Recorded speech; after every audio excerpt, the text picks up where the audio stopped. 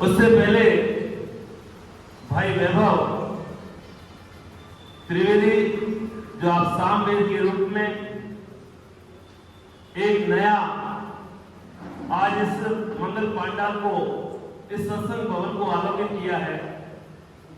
पुनः मैं बुलाना चाहूंगा भाई वैभव त्रिवेदी को कि आप भी अपने हृदय के उद्गार भाव इस भीलवाल नगर को प्रेषित करना चाहते हैं। भाई वैभव त्रिवेदी।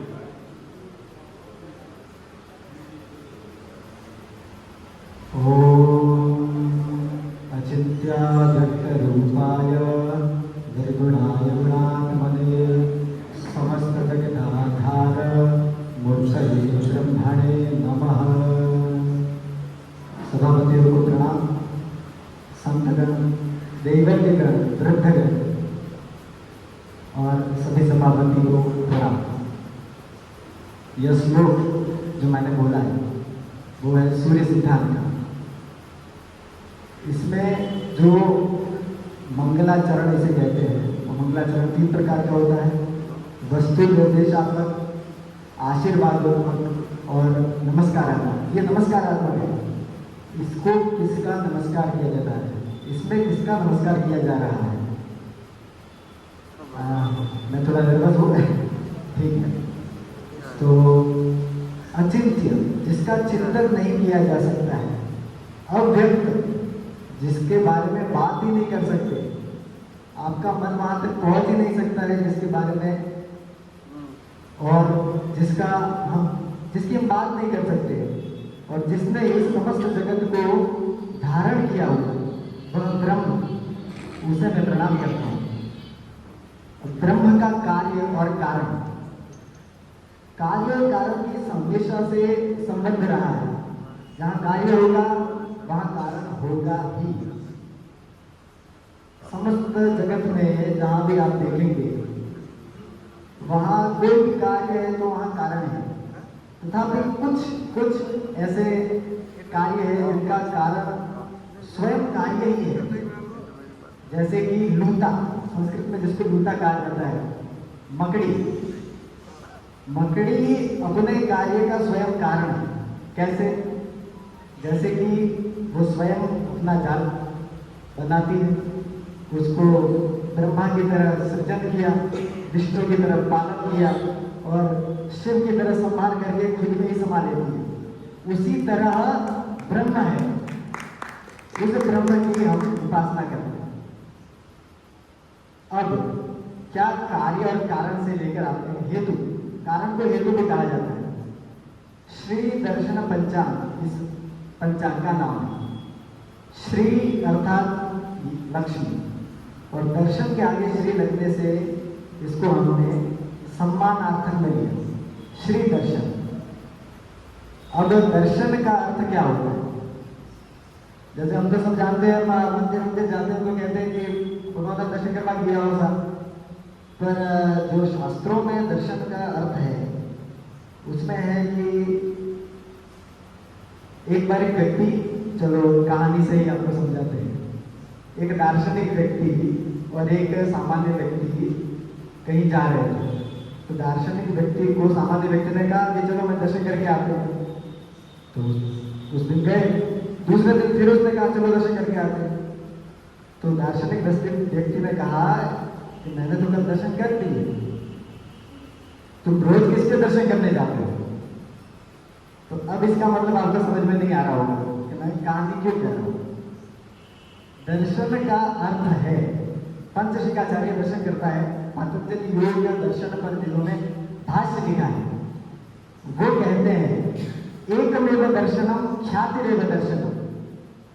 एकमात्र दर्शन है और ख्याति मात्र दर्शन है। ख्याति अर्थात सम्यक ज्ञान, सम्यक बोध ही दर्शन है। आपने किसी को देखा और उसके बारे में सब कुछ जान लिया, यह दर्शन है। बाकी सब तो देखने जाते हैं, इसलिए रोज जाना पड़ता है उनको। जिसने दर्शन कर लिया उसको जाना नहीं पड़ेगा, उसने देख लिया कि उसमें क्या है। जब तक नहीं देखा तब तक दर्शन की कोशिश करनी पड़ेगी। तो श्री दर्शन किसका? सम्यक ज्ञान किसका चाहिए? पंचांग का सम्यक ज्ञान हो, इसलिए इस ग्रंथ का नाम श्री दर्शन पंचांग लिखा गया है। अच्छा, अब ग्रंथ का नाम लिखते हैं तो उसका भी तो कारण होना चाहिए ना। प्रश्न होता है, ये तो कार्य कारण के संबंध जो मैंने कहा, इस पंचांग के कार्य जो श्री दर्शन है उसका कारण क्या? कि आप सब लोगों को इसका सम्यक ज्ञान हो। पंचांग का तो घनश्याम जी ने कह दिया है, मैं बहुत समय ले रहा हूँ, मेरा बहुत धीरे धीरे कहने का है। तो घनश्याम जी ने कह दिया कि तिथि वार नक्षत्र योग करण ये पांचों है, पर इसमें तो सब कुछ नहीं आया। ग्रह कहाँ है? आपको लगेगा सामान्य जनों को, बाकी सबको तो पता ही है कि तिथि क्या है।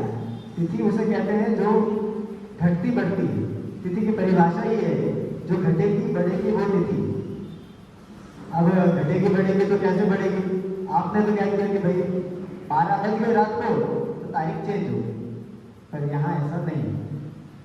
यहाँ सूर्य और चंद्र के आपस में जितना डिस्टेंस होता है उस आधार पर तिथि बनती है। मेरी कुछ भूल हो तो मुझे क्षमा करना, उस आधार पर ही तिथि होती है। बड़े बड़े विद्वान है, मैं बिल्कुल भूल ही करूंगा। मुझे कल ही शैलेश व्यास जी, मेरे अंकल है, पापा के दोस्त, उन्होंने कहा कि बेटा के जैसे कि मैं मिस्त्री हूँ, मिस्त्रीगत, तो कभी ऐसा नहीं सोचना कि मुझसे बड़ा कोई नहीं है, मेरे से भी बड़ा कोई है, मुझसे भी बड़ा कोई है, तो वो सोच के मत चलना तू। तो मैं जानता हूँ कि मुझे कितना आता है और मैं जानता हूँ मुझे कितना सारा नहीं आता है, तो मैं उस हिसाब से बोल रहा हूँ और क्षमा तो मैं मांगूंगा ही, छोटा हूँ और आपको क्षमा करना ही पड़ेगा। तो सूर्य और चंद्र आ गए। तिथि जो प्रमाण है, तिथि शास्त्र में तिथि से महीना होता है, तिथि से वर्ष होता है, सूर्य से वर्ष होता है, सूर्योदय से वर्ष गिना जाता है, चंद्र से वर्ष गिना जाता है।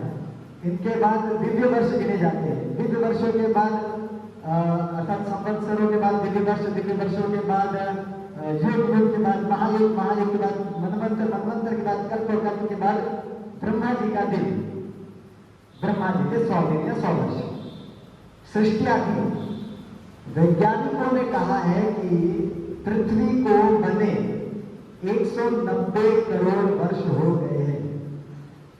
मेरे घर में सूर्य सिद्धांत ग्रंथ पढ़ा है, उसकी गणित के अनुसार भी 190 करोड़ वर्ष हुए, और वैज्ञानिकों ने एक विज्ञान शब्द से भी मिला है कि लोग विज्ञान शब्द बोलते हैं तब उनके दिमाग में अंग्रेजी आते हैं। जब विज्ञान बोला जाता है तो उनके दिमाग में आता है कि वेस्टर्न, जो वेस्टर्न है वही विज्ञान है, जबकि पश्चिम की खोज से पहले विज्ञान शब्द हमारे ग्रंथों में बहुत पहले से, और विज्ञान को माना जाता ही नहीं है। कोई कहता है कि मुझे विज्ञान माना है, नहीं। विज्ञान का अर्थ है कि जानना। मेरा हाथ है, ये मुझे मानने की जरूरत नहीं है, ये मैं जानता हूं। इतना फर्क है जानने और मानने में। तो ये मेरा प्रयास था कि मैं पंचांग का कारण बता सकूं।